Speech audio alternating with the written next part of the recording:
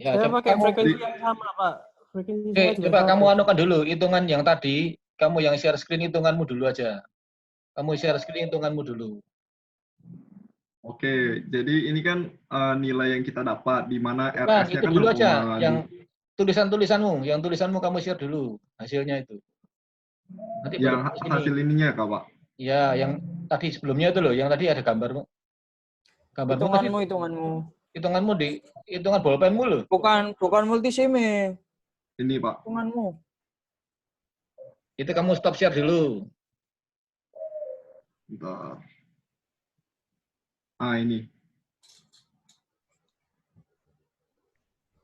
Nah, coba Iya, Pak. jelaskan. Benar kayak gitu. Jelaskan dulu. Jadi kan kita kan dikasih tahu awalnya kan 0,2. Yang ini kan 50 ohm, yang RS-nya. Habis itu RL-nya kan 250. Ya. Lalu itu dinormalisasi biar kita bisa cari nilai komponennya. Kan dimintanya itu kan N-nya 5. Habis itu dia 0,1 dB. Lalu ini nilainya, nilai komponen yang kita dapat di tabel.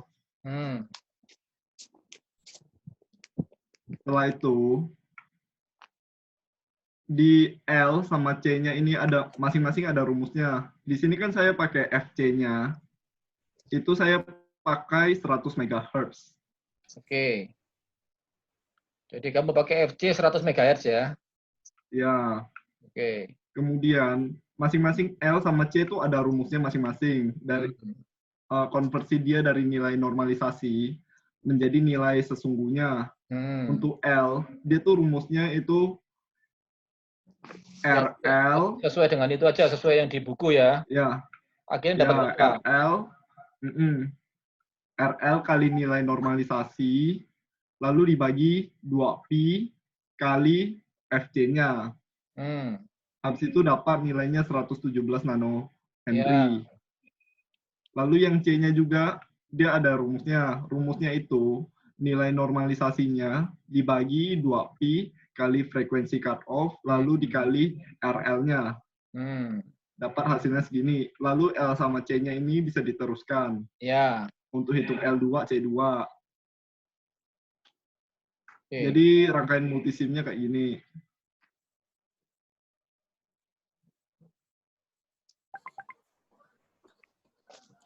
Habis itu disimulate.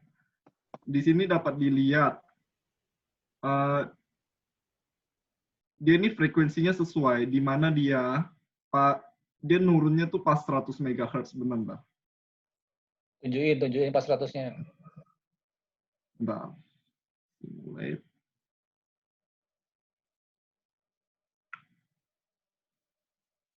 Nah, di sini dia nurunnya 100 MHz. Yeah. Habis itu dia penurunannya tuh lebih datar kalau dibandingkan yang Butterworth. Kalau Butterworth itu dia lebih kayak ini, bentar.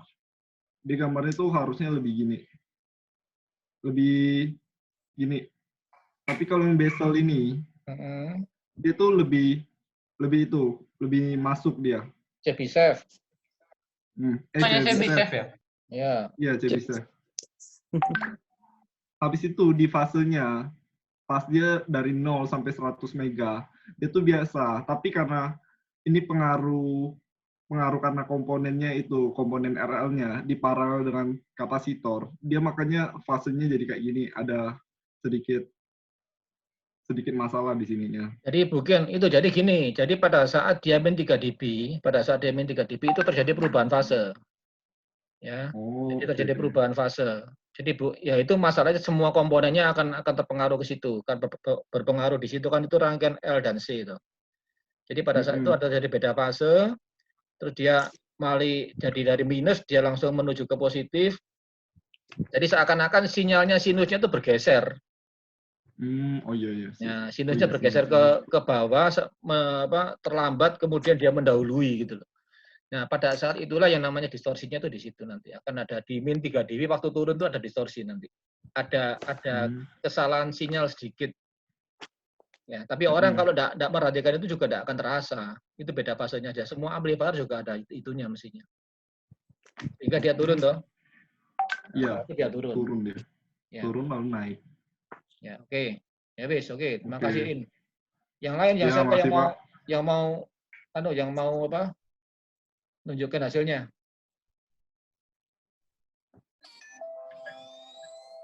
Alif, siapa?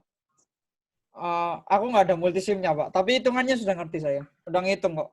Ya wis, yang mau nunjukkan lagi siapa?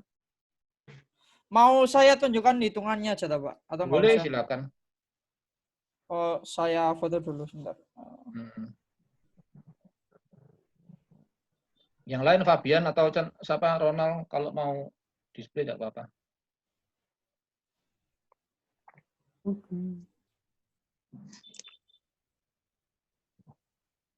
Alif hitungannya Nih, sama total ya? foto. Kamu share screen? Iya, Pak. Saya Harusnya hitungannya pakai sama. 120 sih, Pak. Saya pakai yang frekuensi Nggak apa-apa. biasa. Nggak apa-apa. Iya. Kamu 120 MHz ya. Nah, nanti kita buktikan apakah Iya. betul kalau 120. Tapi kamu belum Tapi multisim. saya nggak ada multisimnya, Pak. Oh, ya wis, Saya apa-apa. nyoba download itu error. Jadi saya cuma hitungannya aja. Ya wis, Apa-apa. coba tunjukkan hitungannya dulu aja. Untuk frekuensi Oke, 120. Untuk FC 120. Sudah, Pak. Sudah, Pak. Kelihatan. Yo, ayo ngomong wis, cetakno. Nah, ini kan RS-nya kan 50. Untuk Ya. nilai C1 normalisasinya 3,546. Itu di tabel N-nya kan 5 sudah diketahui. Triple-nya 0,1 dB. Untuk L2-nya nilainya 0,295. Normalisasi untuk C3 9,127. Normalisasi induktor keempat 0,366. Normalisasi untuk C5 7,889. Untuk RL-nya 250. Untuk rumusnya kalau mencari nilai asli dari normalisasi, rumusnya itu pakai CN per 2pi FC frekuensi cutoff kali R. Ini maksudnya R yang dipakai ini RL. RL yang 250. Untuk L-nya pakai RL juga 250 per 2pi FC. Nah, untuk nyari C1 kan dipakai ini. Nilai normalisasinya yang C1 3,546 dibagi sama 2pi 2,2 kali 3,14 kali frekuensi cutoff-nya saya kasih 120 Hz. Terus RL-nya 250 dihitung segini dapatnya 18 picofarad. Untuk C1 rangkaiannya di sini.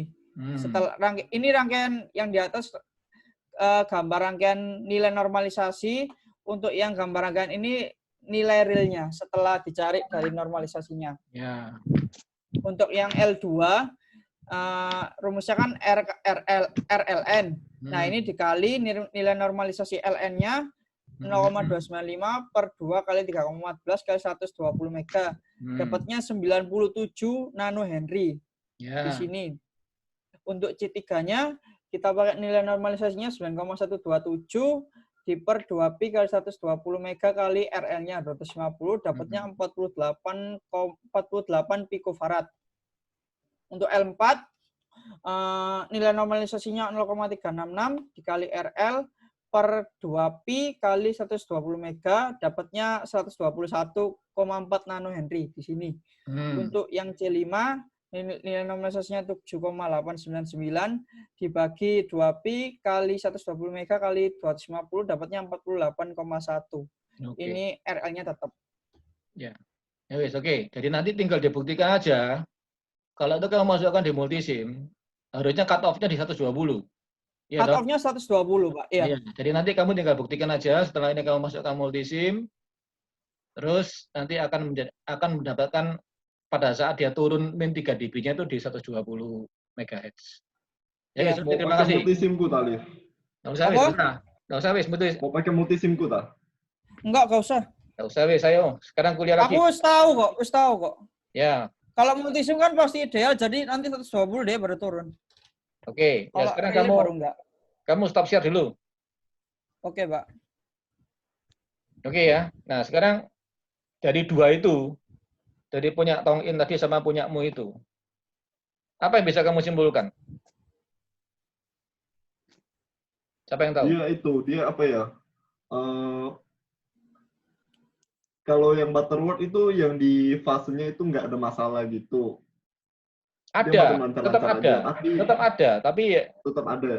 Tetap ada. Nanti kalau kita coba Bessel ya lain lagi nanti ya.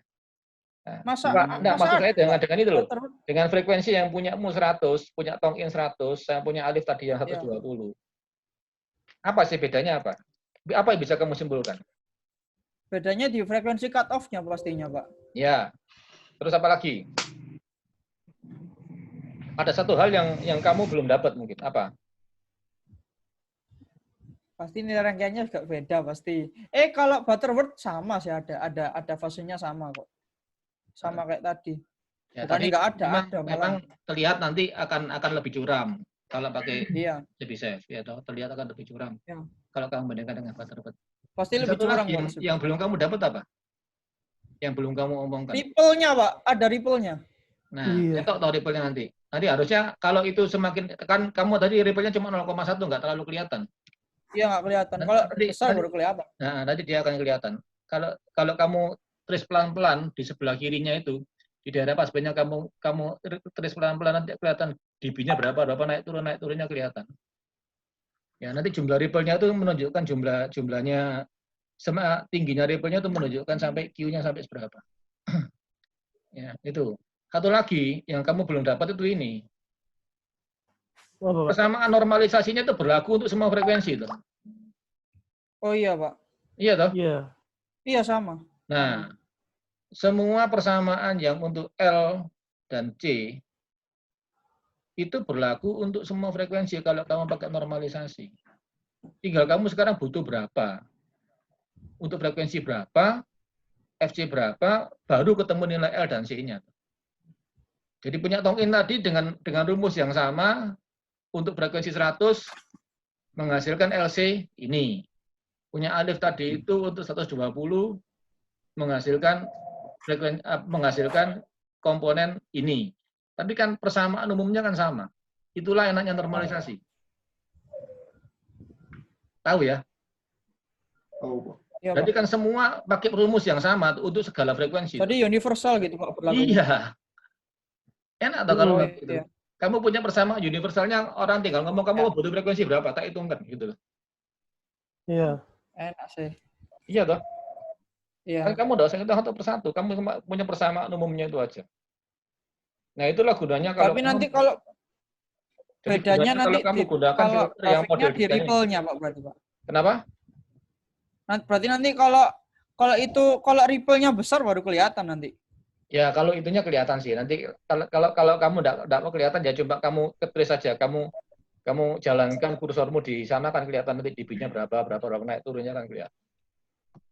Oh iya, Pak. Di multisimnya itu. Tapi yang penting adalah kamu gunakan persamaan normal itu berlaku untuk semua frekuensi. Tinggal kamu masukkan frekuensinya, cut off-nya berapa, mendapatkan nilai real dari L dan C-nya, kamu masukkan rangkaiannya pasti jadi. Dan cut off di situ. Ya, asal hitunganmu betul. Ya, oke. Jadi itu untuk simulasi dan hitung-hitungannya untuk CBSF. Ya, nanti Bessel enggak usah lah, Bessel dianggap sama aja, kamu bisa nanti kamu ada tabelnya sendiri, kamu bisa gunakan juga hal yang sama. Oke, ya. Pak. Oke. Nanti setelah ini kita masuk bab baru tentang high pass.